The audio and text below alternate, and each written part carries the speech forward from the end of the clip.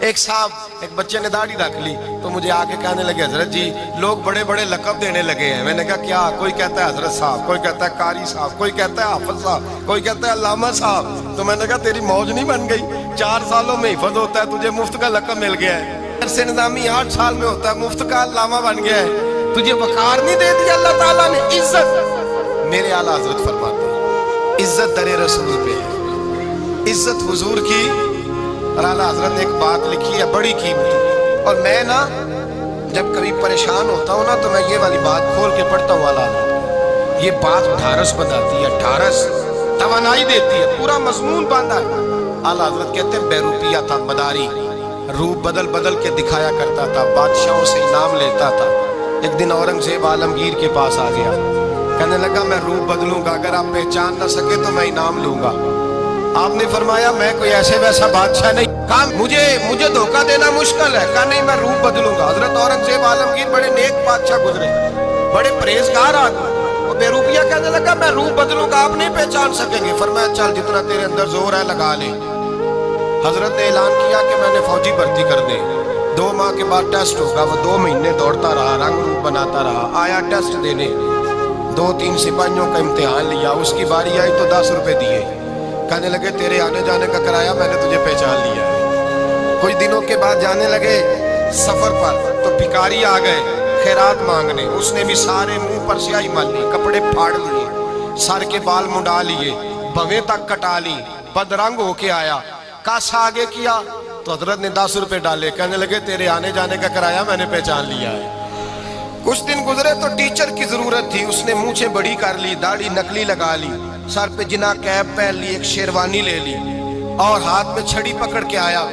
کہنے لگا میں استاد ہوں, 2-4 بندوں کا امتحان لیا, اس کی باری آئی تو 5 روپے دیے, 10 روپے دیے, کہا تیرا کرایہ میں نے پہچان لیا.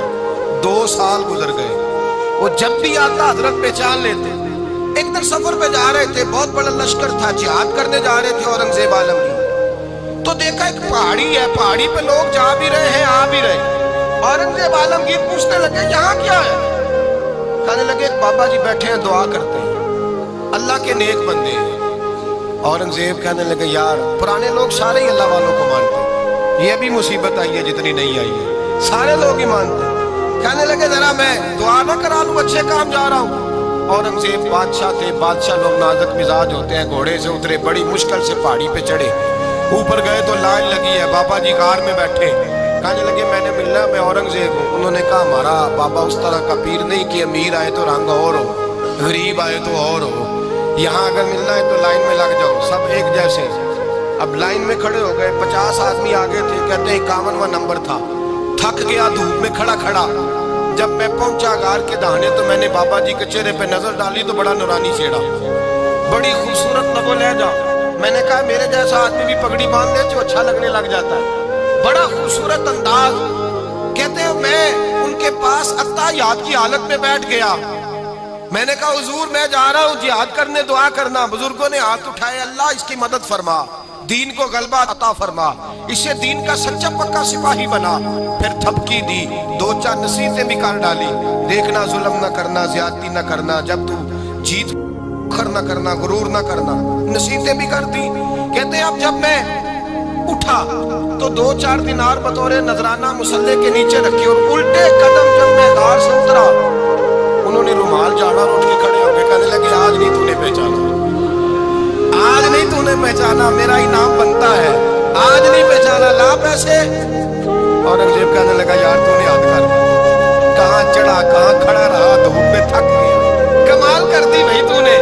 بتا تو کیا لے گا, اب تو دیکھ جلدی بتا, کتنے لوگ پیچھے دھوپ میں کھڑے ہیں, لشکر سارا کھڑا ہے, کیا لے گا؟ اس نے کہا سب سے قیمتی ہیرے وہ ہیں جو تیرے سر کے تاج میں لگے ہوئے ہیں, مجھے تیرا تاج چاہیے.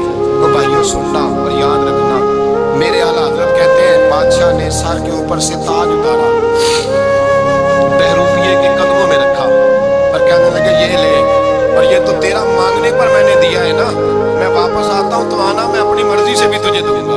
تو نے اورنگزیب جیسے بندے کو دھوکہ دیا, آنا میں اس وقت بھی دوں گا. وہ دے کر بس بات ختم ہو گئی, حد ہو گئی. دے کر کہتے ہیں جب میں پلٹا نا واپس, بہروپیے نے آواز دی بادشاہ ٹھہر جا. تو میں نے پلٹ کے دیکھا تو